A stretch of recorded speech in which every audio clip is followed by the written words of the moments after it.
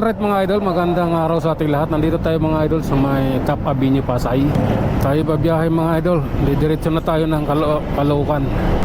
Dito ang ating daan. So mga oras na ito. At ayan, masyadong maingay dahil maraming jeep na nakaparking. Para ginawa nilang terminal dyan mga idol. Hop, kumuna. Noon lang. Sandali lang naman. Okay. Ganito tayo mga idol. Maluwag naman dito banda. Iwan ko lang doon sa may boundary ng Pasay, Manila. Malaman natin yan kung anong kalagayan niya, kung anong kalagayan ng daan. Hop. Okay. I love you all. Alright. Tuloy. Hop ya. Ano? Bakit? Minto. Ayun na. Wala na. Inabot na yung time. The time is wrong. Hintay tayo. Walang PNP checkpoint dyan ah. Bakit kaya 48 na 7:48 ng umaga. So tanghali na. Lagot ka. Pagka kasing lumampas doon. Parang ngayon lang eh. Oo. Bawal ka mag-double lane dyan. Nung nakaraan nga, nagpahabol ako dun sa may UN eh. Oh, habol kami hanggang doon sa Tilo Manila. Habulan kami. Hopya. Lalay mo lang mga idol. At stop daw, sabi ng security. Tagal pa nung animal na yan. Okay. Wait lang, alalay lang. Kailangan lang natin mag-iingat. Doble ingat lang talaga. So ito na nga mga idol, nandito tayo sa Quirino Avenue. At puno yung kabilang kalsada mga idol. Dito tawid na tayo Abanti. Kaso problema nito, puno yung kabilang kalsada Kikita ko puno dun. Kaya alalay lang tayo, di tayo makahataw. Ayan puno. Bakit kaya? Di naman yung magkaganyan kung walang problema sa kalsada eh. Kailangan gumilid eh. Kailangan makapunta dun sa right side. Kasya? Hindi. Okay. Lalay lang tayo mga idol. Grabe na to. Umagang umaga. Dito. Bakit kaya? Hindi ito makaganito kung walang problema yung kalsada eh. Kung walang something eh. Hindi siya makakaganito. 3 taon na ako dumadaan dito. Nakamotor. Umaga hapon. Umaga. Linggo lang hindi eh. Okay. Ayan.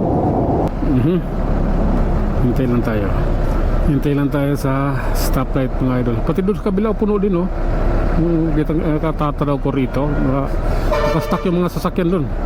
Baka may hinukay na naman dyan. Baka may pinahukay na naman sila kuna. Pagkakakitaan di-eleksyon eh. Need money. Hop. Lalay lang. Si Bush yung katabi natin. Kalusot tayo ng isa dito. Okay. Relax, dandahan. Sana malaman natin kung bakit nga ba ganito dito, bumper to bumper na eh. Walang plaka to. Pag maano to ng LTO, ma-checkpoint to ng LTO, kawawa to. Buti yung LTO ngayon, bihira lang. Sana namimili rin siya ng lugar. Tingnan tayo mga idol at iba yung lagay ng panahon dito eh. Pantay tayo ito na. Para pantay pa. Kasi Centrus Transit Kasamano kasama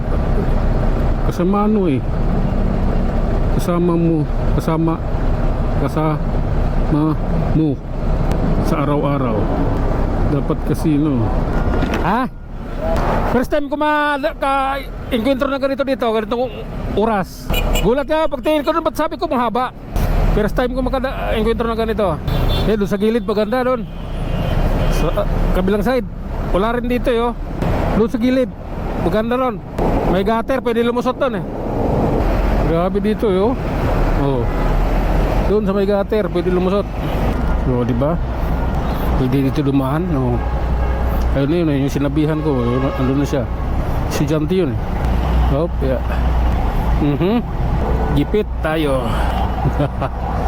Taso. Ano ba meron?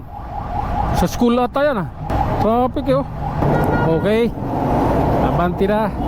Alalay lang mga idol. Dahil mabuhangin rin dito. Delikado rin to. bigla kang nagpreno, madulas siya. Ha? First time ko dumaan dito na ganito siya ka-traffic. Ganda yung sounds, takbong pugi lang. Philippine Christian University. Grabe na to mga idol. Hindi galaw eh. O tayo baka abot doon to sa ano, Science School. Doon to sa Science School. Kung ganito to, yung Science School doon sa may UN. The traffic is very traffic. Malaki tama, pre. Malaki tama, dalawa. No? Ayan o, yan o. Oh, yan. Hop. Okay. Dito pa rin tayo sa gilid. Ayan. Kailangan lang nating magtiyaga dahil palaban tayo sa matinding traffic ngayon dito. Malamang sa alamang doon to sa may Science School. Manila Science School, doon to yung traffic na to. Doon to nagmula, no? Okay. I don't like you, man. Grabe oh. Dito sa Pedro Hill, yung traffic.